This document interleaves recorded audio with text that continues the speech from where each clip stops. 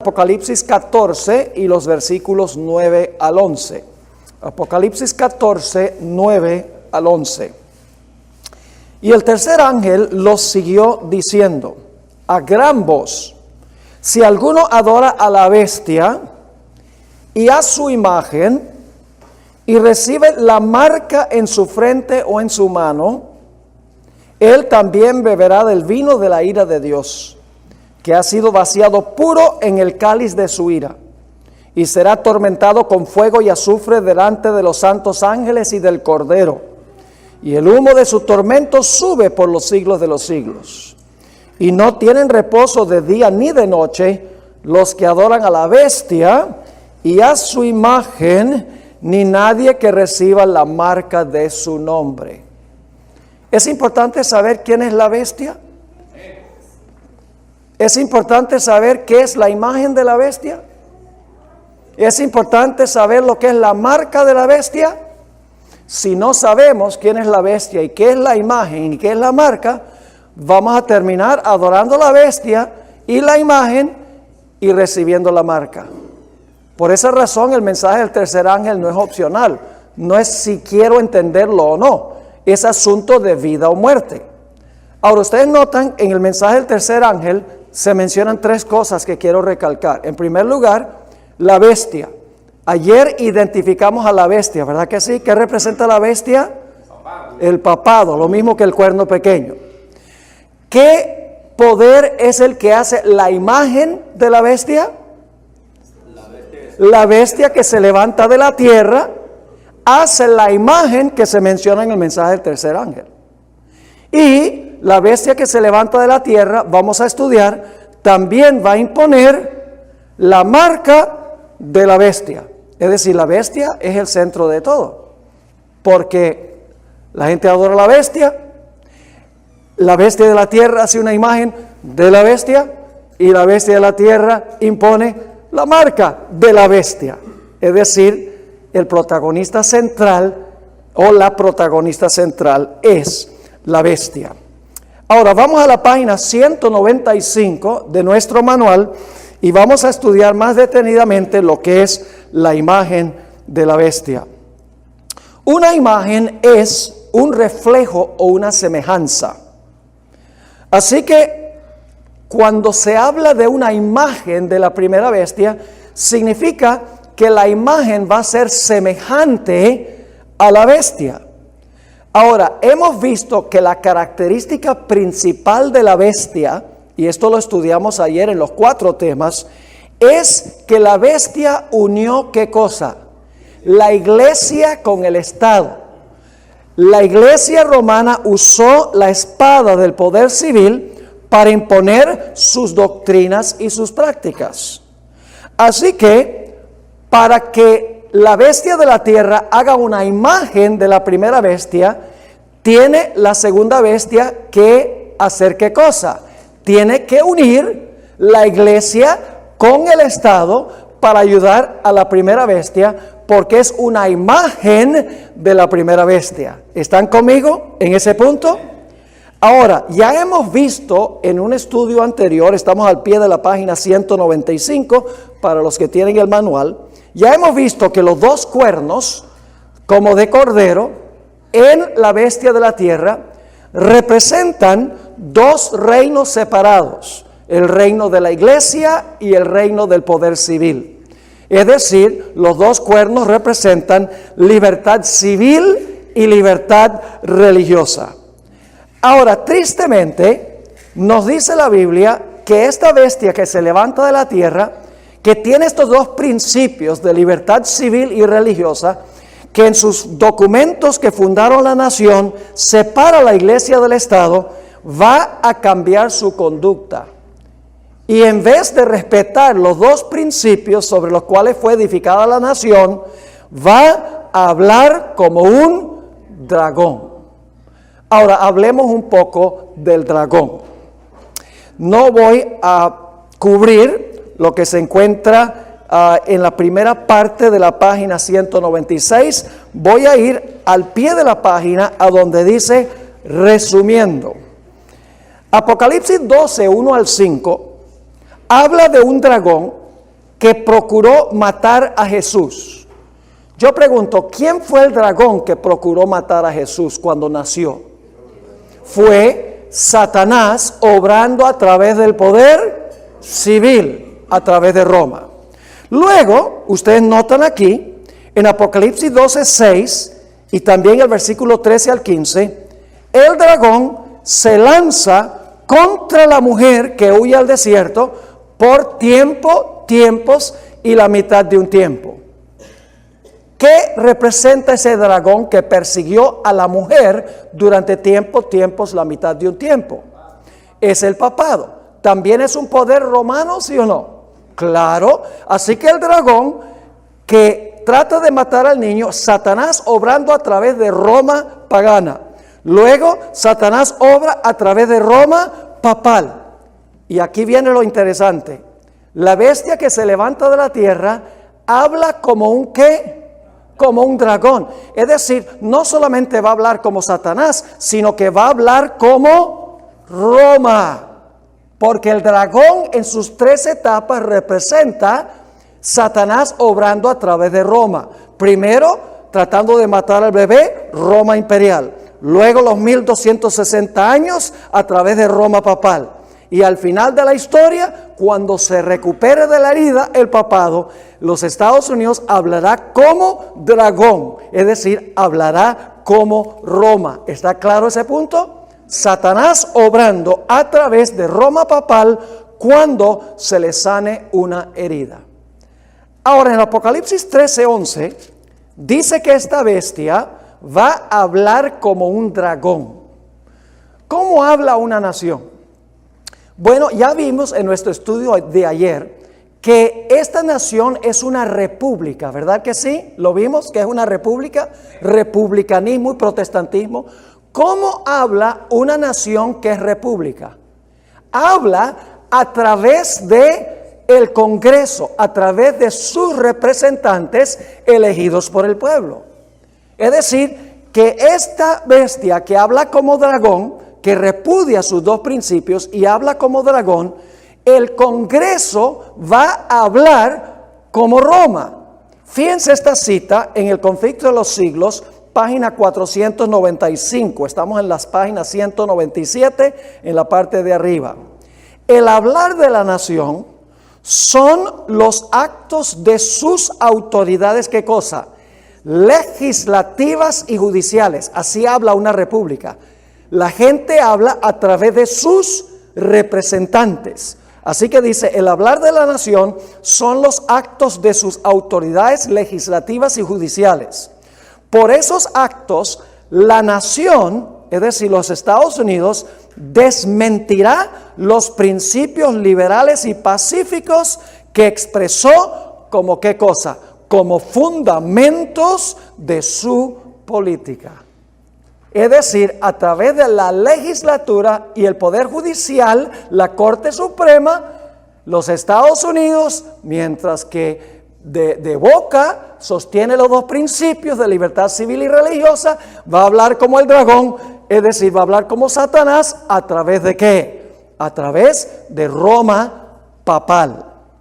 Ahora, esta es una bestia particular, muy interesante, es una bestia peculiar. ¿En qué sentido? En el sentido de que todas las bestias anteriores pelearon con la bestia que la precedió para quitarle el poder. Mientras que vimos en nuestro estudio de ayer que esta bestia que se levanta de la tierra no pelea contra la bestia anterior que recibió la herida mortal, sino que le ayuda ¿a qué? Le ayuda a recuperar el poder que perdió, le ayuda a recuperar la espada. Ahora, ¿cuáles son los 2 reinos que reconoció Jesús? Esto es solamente un repaso de lo que estudiamos ayer. Ya vimos que los 2 cuernos representan separación de iglesia y Estado, sobre lo cual se basa la idea de libertad civil, ese es el Estado, y libertad religiosa, la iglesia. Cuando están separados, el resultado es que hay libertad civil y libertad religiosa. ¿Cuántos reinos reconoció Jesús? 2. ¿Cuál es el primer reino que reconoció? Dad pues a César lo que es de César y a Dios lo que es de Dios.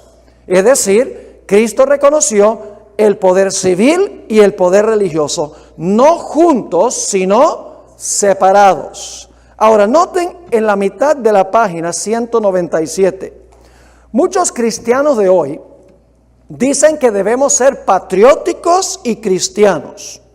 Y dicen que para ser patrióticos y cristianos debemos presionar al gobierno para que apoye la religión con cosas como oración en las escuelas públicas, dinero gubernamental para la obra caritativa de la iglesia, bonos gubernamentales para educar a nuestros hijos en escuelas religiosas y exhibiciones religiosas en edificios públicos.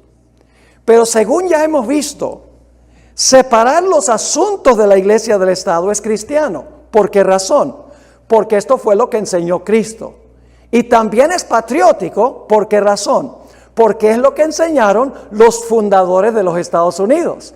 Es decir, ser patriótico y cristiano es enseñar lo que enseñó Cristo y lo que enseñaron los fundadores. Y ambos enseñaron que la iglesia debe funcionar como iglesia y el Estado debe funcionar como Estado. En materia financiera, ¿qué le debemos nosotros a Dios? El diezmo. ¿Qué le debemos financieramente a César o al gobierno?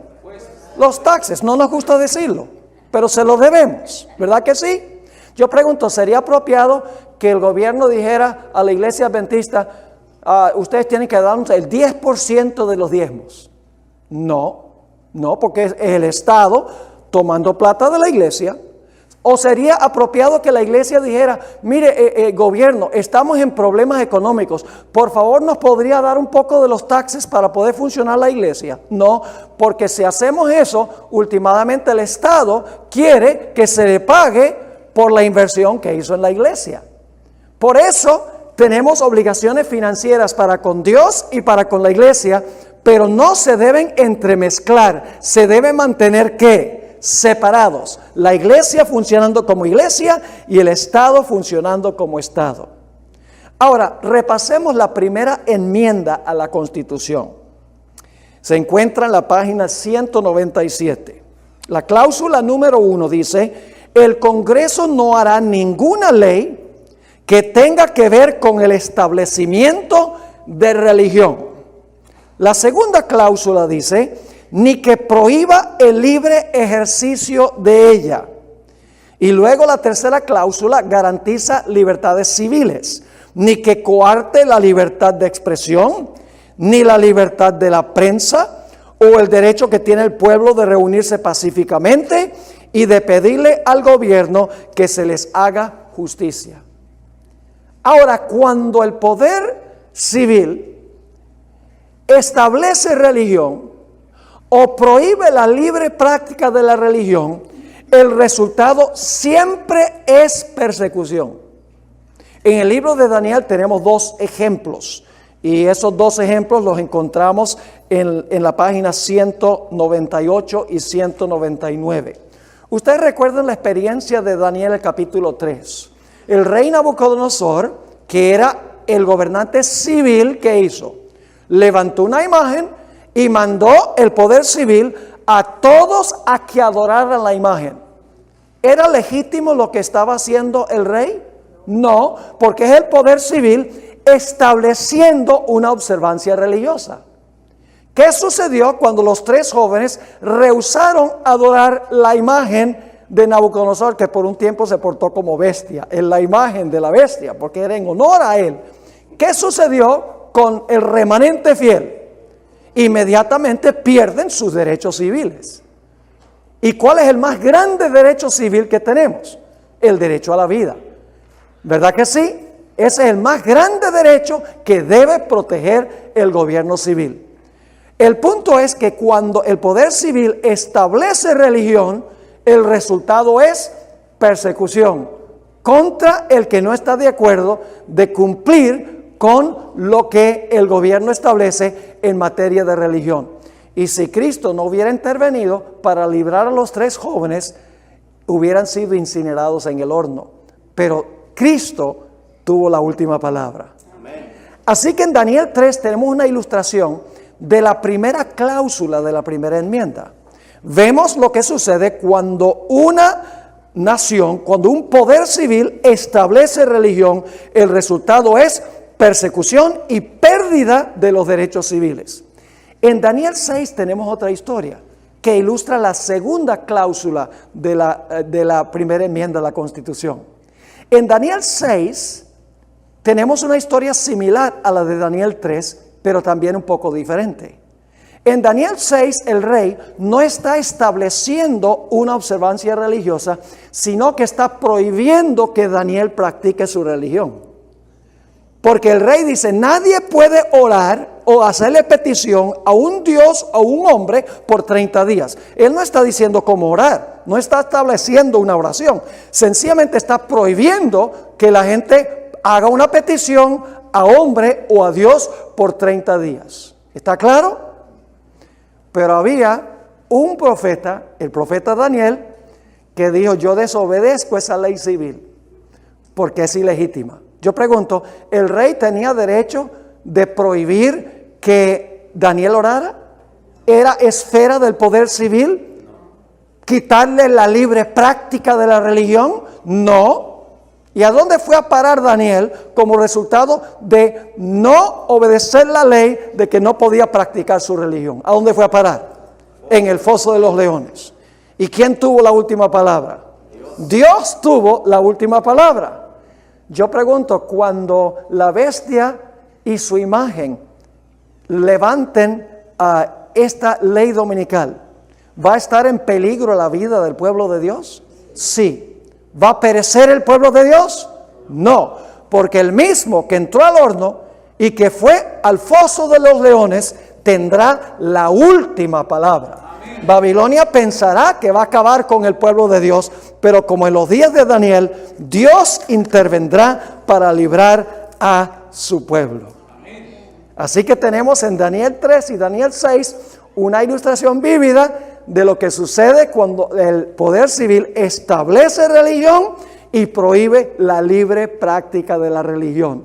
El resultado es que cuando se violan las primeras dos cláusulas de la primera enmienda, el resultado automáticamente es persecución contra los que no están dispuestos de obedecer lo que el gobierno ha dicho. ¿Está claro ese punto? Amén. Ahora, Nabucodonosor y Darío no entendieron lo que Dios le quería enseñar. Porque después que los tres jóvenes fueron librados del horno, Nabucodonosor hizo un decreto. Y dice, cualquier individuo que le falte respeto al Dios de Daniel, le vamos a cortar la cabeza y le vamos a demoler la casa. No tenía ningún derecho a decir eso. Él no puede obligar a la gente a servir al Dios verdadero ni a servir un Dios falso. Porque el servicio a Dios se lo debemos a Dios, no al poder civil. Y lo mismo el rey Darío. Después que Dios libró a Daniel del foso de los leones, él dijo, ahora yo doy un decreto que todo el mundo debe temblar ante el Dios de Daniel. Ilegítimo. El poder civil no puede decirle a la gente que tiene que temblar ante Dios, porque no le debemos eso al poder civil. Eso se lo debemos ¿a quién? Se lo debemos a Dios. ¿Está quedando claro este punto? Ahora, estamos en la página 199, en la parte de abajo de la página. ¿Qué tiene todo esto que ver con el tiempo del fin? Elena White nos ha dicho que los Estados Unidos violentará la primera enmienda a la Constitución. Redactará leyes que obliguen a todos a guardar el domingo y también prohibirán la observancia del sábado. Aquí está la cita donde la hermana White dice eso. Maranata, página 177. Vendrá el tiempo en que los hombres no solo prohibirán trabajar el domingo, sino que procurarán obligar a los hombres que trabajen el sábado. Y se les pedirá que renuncien el sábado y se suscriban al domingo. Y si no lo hacen, se les exigirá que entreguen su libertad y su vida. ¿Está claro? Ahora, cuando llegue ese momento, la apostasía que comenzó cuando el papado intentó cambiar la ley de Dios durante los 1260 años, esa apostasía se completará en el tiempo del fin. El papado pensó cambiar la ley de Dios, transfiriendo el sábado al domingo. Y al final de la historia, los Estados Unidos, una nación protestante, impondrá el cambio en la ley que hizo el papado durante los 1260 años. Página 200.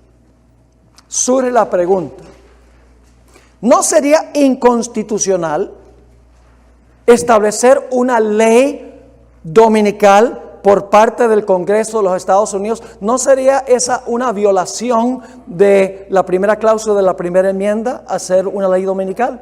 Claramente que sí. Por el otro lado, ¿no sería una ley que prohíbe la observancia del sábado inconstitucional porque es una violación de la segunda cláusula de la primera enmienda? Obviamente que sí. Porque la primera enmienda dice que el Congreso no puede hacer ninguna ley que establezca religión, ni puede hacer ninguna ley que prohíba el libre ejercicio de la religión, el derecho que tiene la gente de practicar su religión. Estoy bien seguro que cuando venga esta ley dominical y antisabática, grupos cuestionarán la constitucionalidad de tales leyes. Según las profecías, estos reclamos caerán sobre oídos sordos. Escuchen ahora el próximo párrafo, muy importante. No hemos de esperar que el Congreso de los Estados Unidos desarraigue la primera enmienda de la Constitución. Los Estados Unidos no va a eliminar la primera enmienda de la Constitución, porque la bestia de la tierra tendrá los 2 cuernos de cordero mientras habla como un dragón. No se quiebran los cuernos para luego hablar como un dragón.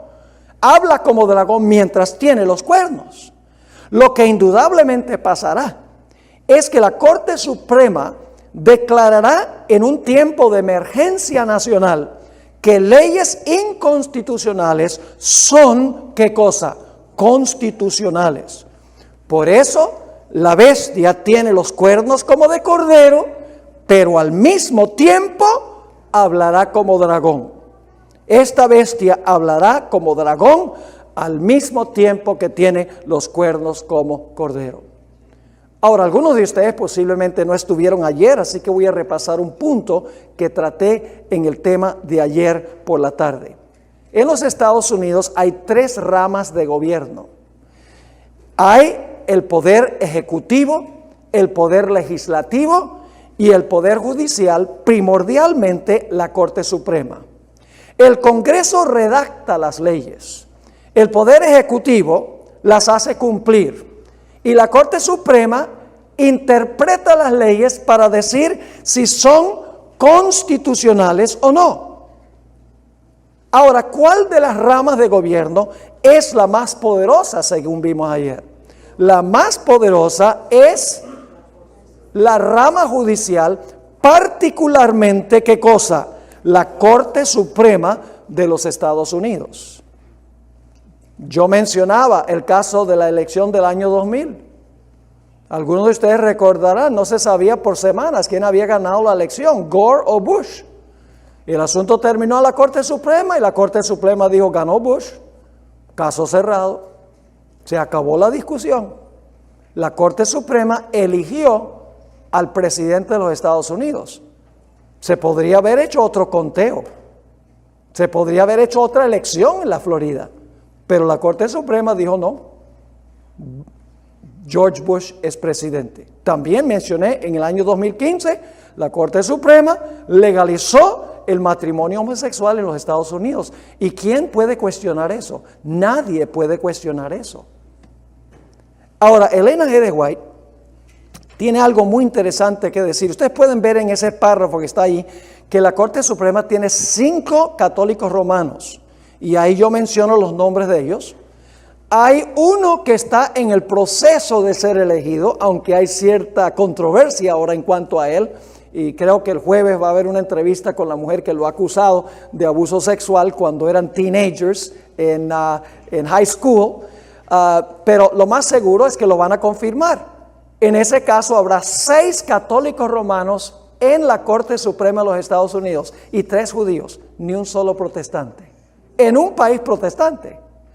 El 66% de la Corte Suprema sería católicos, mientras que solamente el 25% de la población de los Estados Unidos son católicos. Así que el 25% de los habitantes de Estados Unidos son católicos, pero los católicos tendrían el 66% de la Corte Suprema. Elena White, en la mitad de la página 201, escribió en la Review and Herald, diciembre 11, 1888, ellos, es decir, los cristianos, no se dan cuenta que cuando un gobierno protestante sacrifica los principios que la han hecho una nación libre e independiente, y por medio de medidas, ¿qué clase? Legislativas, introducen a la Constitución principios que propagan las falsedades y los engaños papales, están sumiendo al país en los horrores romanos de las edades oscuras. Algunos adventistas dicen, ese panorama es alarmista. Los jueces de la Corte Suprema son patriotas y nunca retornarían a los Estados Unidos a los horrores de las edades oscuras. Fíjense lo que dice Elena White en la siguiente cita, el Conflicto de los Siglos 637. La Iglesia Católica Romana, con todas sus ramificaciones en el mundo entero, forma una vasta organización bajo el control de la sede papal y destinada a servir los intereses de ésta. Instruye a sus millones de adeptos en todos los países del globo para que se consideren obligados a obedecer ¿a quién? Al Papa. Sea cual fuere la nacionalidad o el gobierno de estos, deben considerar la autoridad de la Iglesia como por encima de todas las demás. Aunque juren fidelidad al Estado, siempre quedará en el fondo el voto de obediencia a Roma, que los absuelve de toda promesa contraria a los intereses de ella. Qué tremenda cita esa. Muchos protestantes hoy están fascinados con el papado. Por ejemplo, Jeb Bush, que fue gobernador del estado de la Florida, se convirtió al catolicismo. Newt Gingrich, que era bautista, un representante en el Congreso de los Estados Unidos, se convirtió al catolicismo. Tony Blair, quien fue primer ministro de Gran Bretaña, se convirtió al catolicismo, y hay otros protestantes que se han convertido abiertamente al catolicismo. Los protestantes dicen que el papado ha cambiado y por lo tanto no hay nada que temer del papado. Dicen que el papado lucha por los derechos humanos, que aboga por los pobres, por la vida, por el medio ambiente, por la buena moral. Pero el hecho es que la Iglesia Católica no ha cambiado ninguna de sus creencias, ninguno de sus dogmas, ni tampoco ha echado a un lado sus aspiraciones de un dominio global del planeta Tierra. Un católico dijo en cierta ocasión, en la minoría somos como un cordero, en la igualdad somos como una serpiente, en la mayoría somos como un león. Eso lo dijo un católico. Elena White dio la mejor definición del papado que yo he encontrado en cualquier parte. Dice esto en el Conflicto de los Siglos 628. Forma parte de su política asumir el carácter que le permita realizar mejor sus fines, pero bajo la apariencia variable del camaleón. ¿Saben ustedes lo que es un camaleón? Los que vienen de países latinos tienen que saber lo que es un camaleón. Es un lagartijo que cambia de color dependiendo del ambiente donde está, para camuflarse. ¿Verdad que sí? Así que dice, bajo la apariencia variable del camaleón, oculta el veneno invariable de la serpiente. Y ustedes conocen la historia del escorpión y el sapo. ¿Verdad que conocen esa historia? ¿Hay alguien aquí que no conoce la historia del escorpión y el sapo? Bueno, yo les cuento, es una fábula, pero enseña precisamente este punto. Un escorpión y un sapo estaban al lado de un río. Y el escorpión no nada, el sapo sí. Y el escorpión quiere cruzar el río. Le dice al sapo, mira, déjame montarme encima tuyo y tú me llevas al otro lado del río. Y el sapo dice, nada de eso, porque tú te montas y me picas. Me envenenas y me muero. Y el escorpión dice, no, eso nunca pasaría. Si yo te pico en medio del río, tú te mueres y yo me ahogo. ¿Cómo voy a hacer eso? Así que finalmente, después de mucha persuasión, el escorpión se monta encima del sapo, el sapo lo permite y el sapo empieza a nadar, cruzar el río. Cuando llega a la mitad del río, ¡pss!, le mete el pinchazo. Y cuando está moribundo el sapo, esta es una fábula, los sapos no hablan. Cuando está el sapo moribundo, le dice al escorpión, pero tú prometiste que no ibas a pecar, ¿por qué me picaste? Y el escorpión dijo, porque es mi naturaleza. La iglesia romana puede hacer muchas promesas, pero es su naturaleza usar el poder civil para imponer sus doctrinas y sus prácticas, y el que no lo hace es perseguido. Esa es su naturaleza, por más promesas que haga al contrario. En la mitad de la página 202, Elena White escribió en cuanto a los Estados Unidos, cuando la tierra que el Señor levantó para darle refugio a su pueblo, a fin de que pudieran adorarle conforme a los dictados de sus propias conciencias, la tierra sobre la cual Dios ha colocado por largos años el escudo de la omnipotencia, la tierra que Dios ha favorecido haciéndola depositaria de la religión pura de Cristo. Cuando dicha tierra, por medio de sus legisladores, que es el acto nacional, repudie los principios del protestantismo y apoye la apostasía romana que procuró alterar la ley de Dios, entonces se revelará la obra final del hombre de pecado. Los protestantes le brindarán toda su influencia y apoyo al papado. ¿Quiénes van a apoyar al papado? Las hijas, el falso profeta, los protestantes. Sigue diciendo, por un acto nacional. ¿Qué es un acto nacional?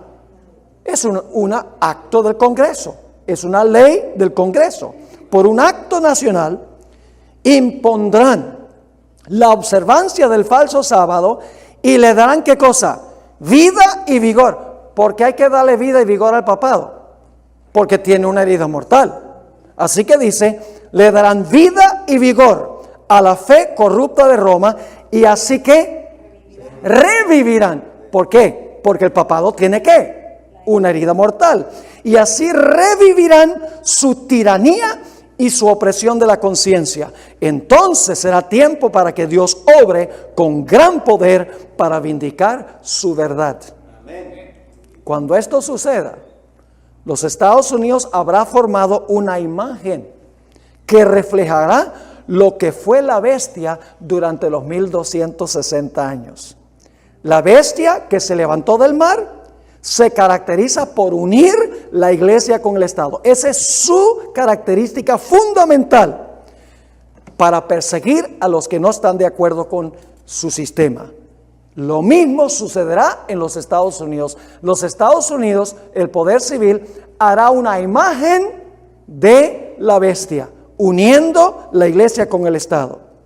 La sierva del Señor, al pie de la página 202, escribió, para que los Estados Unidos formen una imagen de la bestia, el poder religioso, escuchen bien, esa es la iglesia, el poder religioso debe dominar de tal manera, ¿qué cosa? El gobierno civil, que la autoridad del Estado sea empleada también ¿por quién? Por la iglesia para cumplir sus propios fines. En la siguiente página, la hermana White escribió, la página 203 del manual, Roma se ha propuesto a restablecer. ¿Qué significa restablecer? Usted no puede restablecer lo que no estuvo establecido una vez. Roma se ha propuesto a restablecer su poder. ¿Y a qué? ¿Qué significa recuperar? Usted no puede recuperar lo que no perdió. Y a recuperar la supremacía que ¿qué? Que perdió. ¿Cuándo la perdió? En 1798. Luego dice, establezcase en los Estados Unidos el principio de que la iglesia puede emplear o controlar el poder del Estado, que las leyes civiles pueden hacer obligatorias las observancias religiosas. En una palabra, que la autoridad de la iglesia con la del Estado debe dominar las conciencias, y el triunfo de Roma quedará asegurado en la gran república de la América del Norte. Los Estados Unidos hablará como el dragón. El dragón es Satanás, obrando a través de Roma. Lo hizo cuando Jesús nació, Roma pagana. Durante los 1260 años, el dragón, Roma papal, persiguió a la iglesia de Dios. Y al final de la historia, esta bestia hablará como dragón. No solo como Satanás, sino como Roma. En el conflicto de los siglos 498, la hermana White sigue cuando las iglesias principales de los Estados Unidos, uniéndose en puntos comunes de doctrina. Ojalá que yo tuviera tiempo de darle ejemplos de lo que está pasando ahora. Pero mi objetivo en esta serie no es decir, está pasando esto y aquello. Mi objetivo es que ustedes entiendan el panorama bíblico. Y entonces ustedes pueden ir y mirar en los periódicos y mirar en la televisión cómo se está cumpliendo lo que estamos estudiando aquí. Ahora fíjense, cuando las iglesias principales de los Estados Unidos, uniéndose en puntos comunes de doctrina, influyen sobre el Estado para que imponga los decretos e instituciones de ellas, entonces la América protestante habrá formado ¿qué cosa? Una imagen de la jerarquía romana, y la inflicción de penas civiles contra los disidentes vendrá ¿qué? Vendrá de por sí sola. La primera bestia pensó que podía cambiar la ley de Dios transfiriendo el día de reposo del sábado al domingo. La bestia de la tierra impondrá ese cambio en la ley de Dios usando la influencia de la iglesia sobre el Estado. Y el mundo en su totalidad seguirá el ejemplo de los Estados Unidos. La gente pregunta, ¿cómo puede suceder esto en los Estados Unidos? Si los Estados Unidos, la mayoría de los países no quieren a este país, especialmente en la época de Donald Trump. Indudablemente, esto ocurrirá en el contexto de un colapso económico, una serie de desastres naturales sin precedentes como en los días de Elías, un aumento galopante de criminalidad y una manifestación espectacular de comunicaciones del mundo de los espíritus sobre qué hacer al respecto. El argumento será parecido al que usó el Sanedrín. Es mejor que estos disidentes mueran y no que nuestra nación perezca. Pero al imponer la ley dominical, Dios anotará en los libros del cielo apostasía nacional, y la apostasía nacional será seguida por la ruina nacional, como sucedió con los judíos. Usaron al Imperio Romano para acabar con Jesús, y el Imperio Romano vino y acabó con ellos. Querían salvar la nación, pero al condenar al disidente, lo que hicieron fue condenar a su nación. La primera bestia entonces cambió o pensó que podía cambiar la ley. La segunda bestia impondrá ese cambio. Todo el mundo seguirá el ejemplo de los Estados Unidos. Noten esta cita al pie de la página 203. Se encuentra en Testimonios para la Iglesia, tomo 6, página 18. Al unirse los Estados Unidos, la tierra de la libertad, con el papado, para oprimir las conciencias y para obligar a todos que honren el falso sábado, la gente ¿de dónde? De todo país del globo será inducido a seguir su ejemplo. ¿Cuántos países del mundo van a seguir el ejemplo de los Estados Unidos?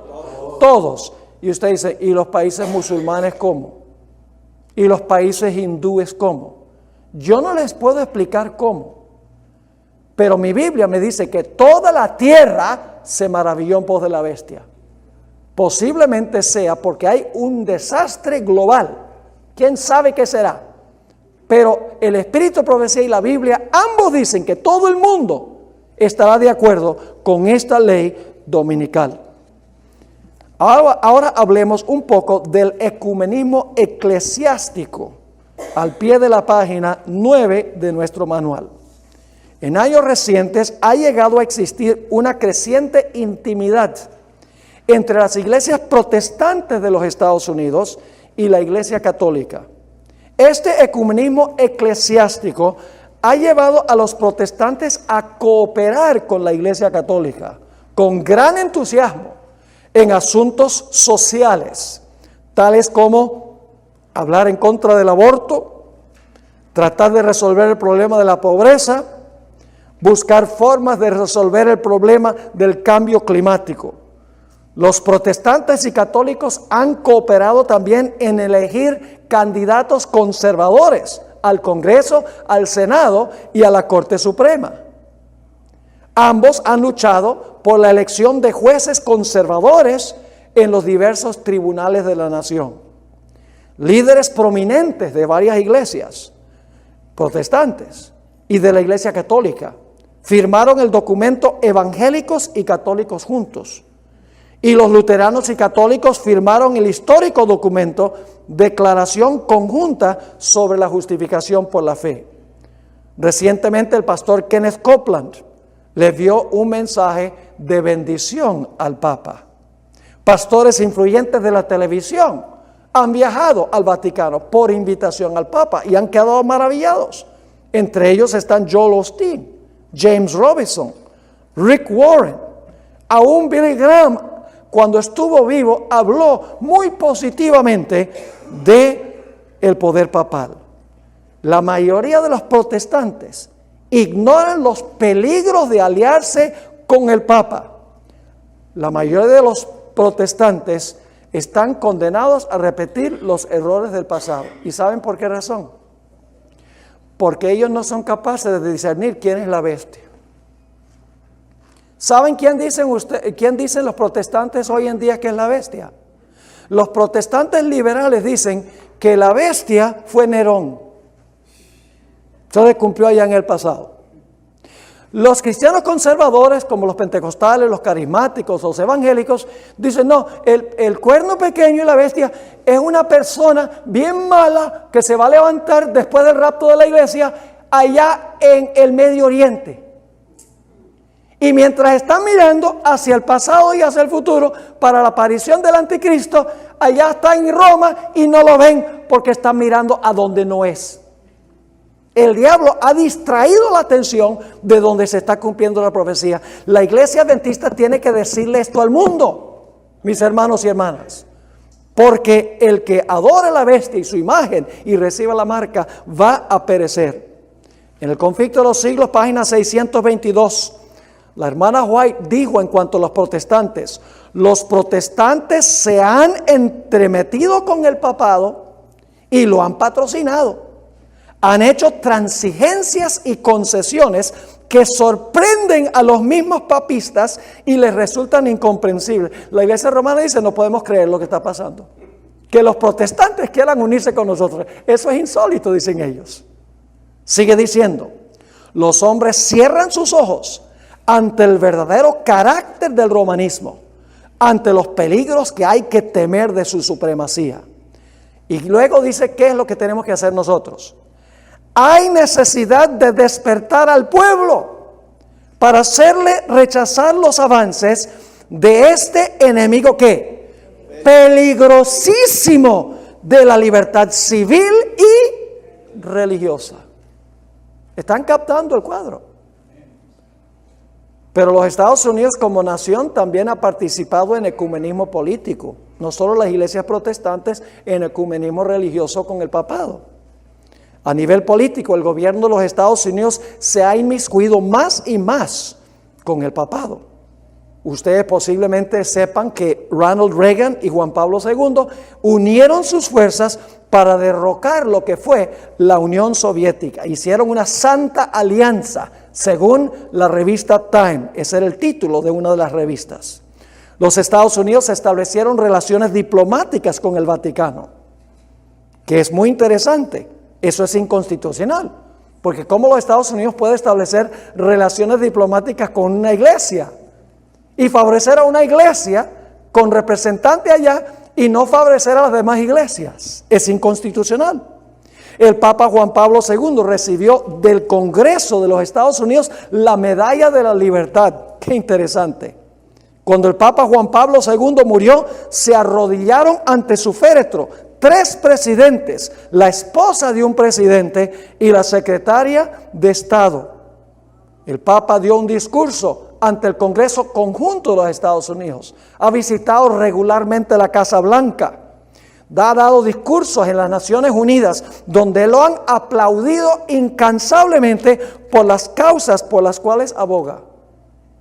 Y nuestra propia iglesia no ha escapado ese deseo de ecumenismo. Y no voy a mencionar eso por la premura del tiempo, pero ustedes pueden leerlo al pie de la página 204 y en la parte de arriba de la página 205.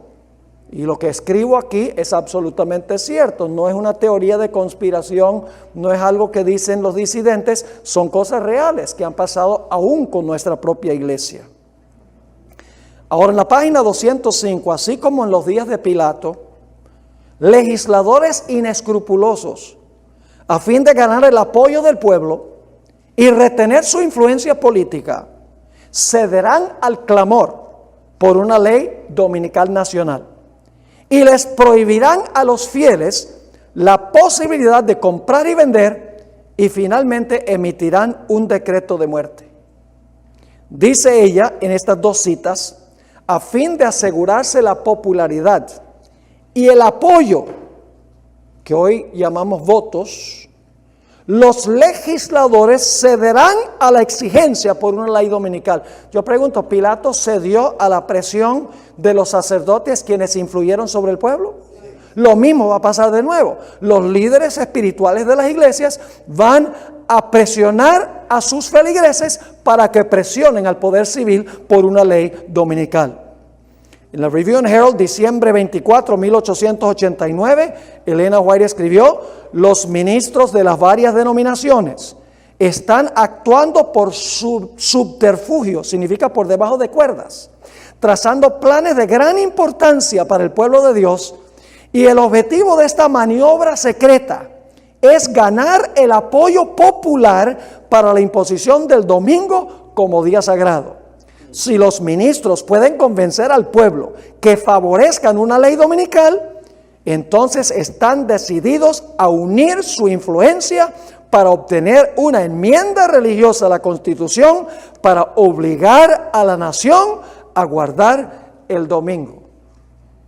Qué interesante esa cita. Lo mismo que sucedió en los días de Jesús. En Marcos 15:11 dice: mas los principales sacerdotes incitaron a quienes, a la multitud, para que les soltase más bien a quién, a Barrabás. Fueron los ministros de aquel tiempo los que instigaron a las multitudes que clamaran a Pilato para que crucificara a Jesús. La iniciativa fue de los líderes religiosos, no del Estado ni del populacho. ¿Hemos de esperar algo diferente en el tiempo del fin? ¿Creen ustedes? No. Fíjense lo que escribió Elena White, Conflicto de los Siglos, 649. Los que honran el sábado de la Biblia serán denunciados como enemigos de la ley y el orden, como quebrantadores de las restricciones morales de la sociedad y por lo tanto causantes de anarquía y corrupción que atraen sobre la tierra los altos juicios de Dios. Sus escrúpulos de conciencia serán presentados como obstinación, terquedad y rebeldía contra la autoridad.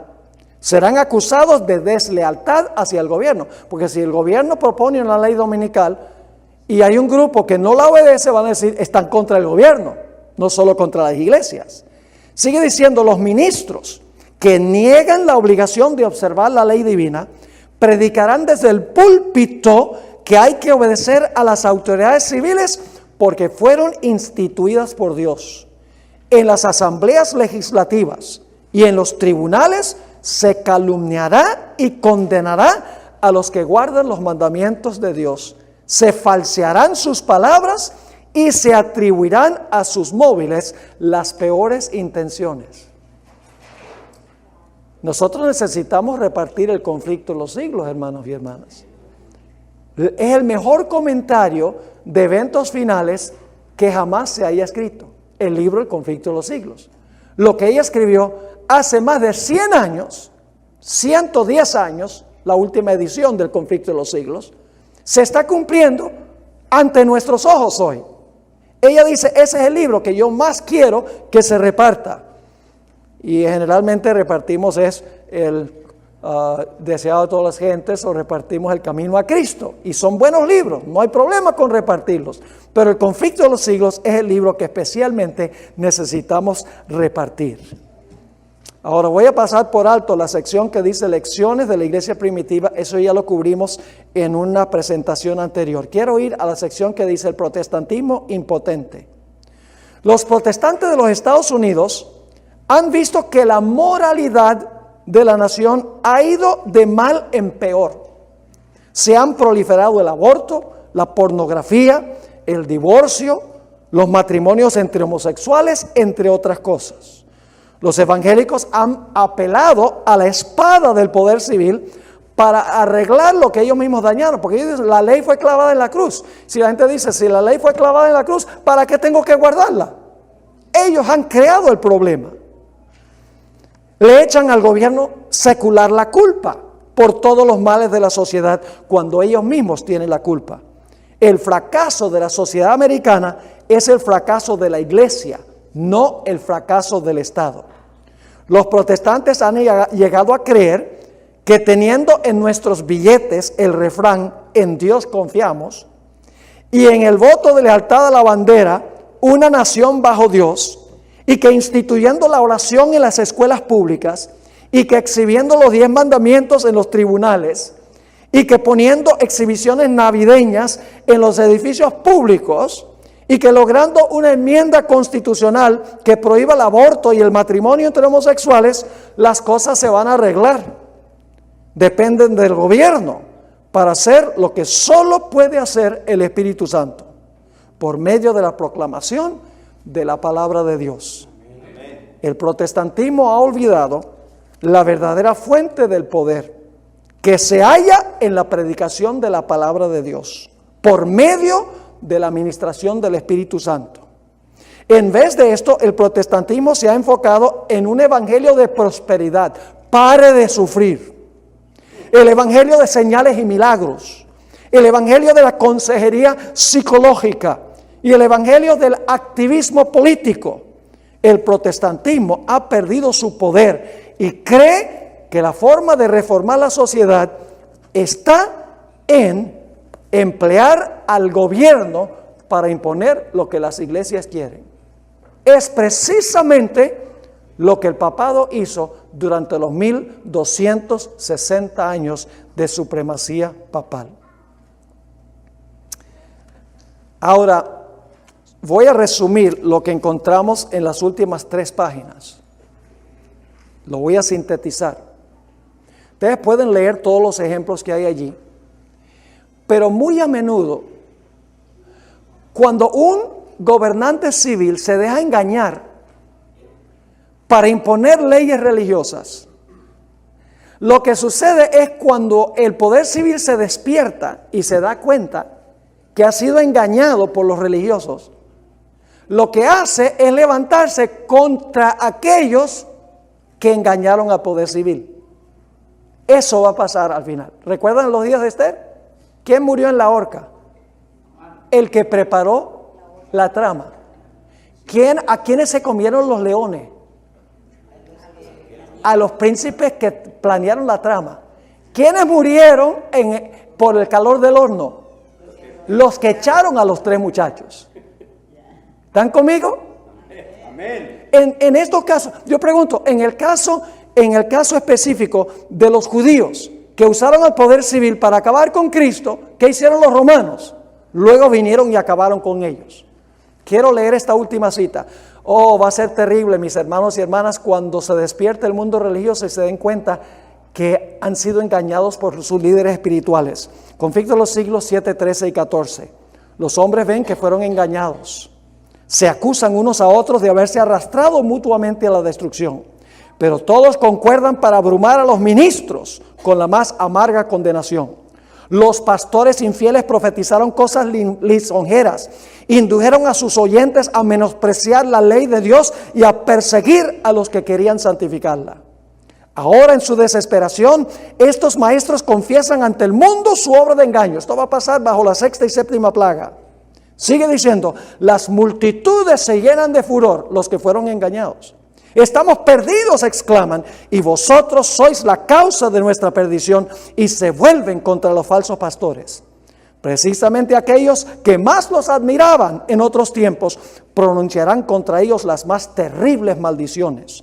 Las manos mismas que los coronaron con laureles se levantarán para aniquilarlos.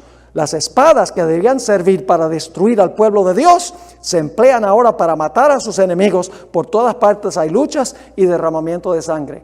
Apocalipsis 17 dice que los reyes con los cuales fornicó la ramera, dice, se levantarán contra la ramera y la harán desolada y desnuda, comerán sus carnes y la quemarán con fuego. Es una forma de decir que van a estar bien bravos con ella.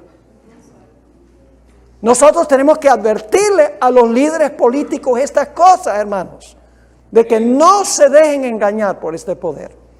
Así que hemos estudiado en cuanto a la imagen de la bestia. Próxima lección, el número de la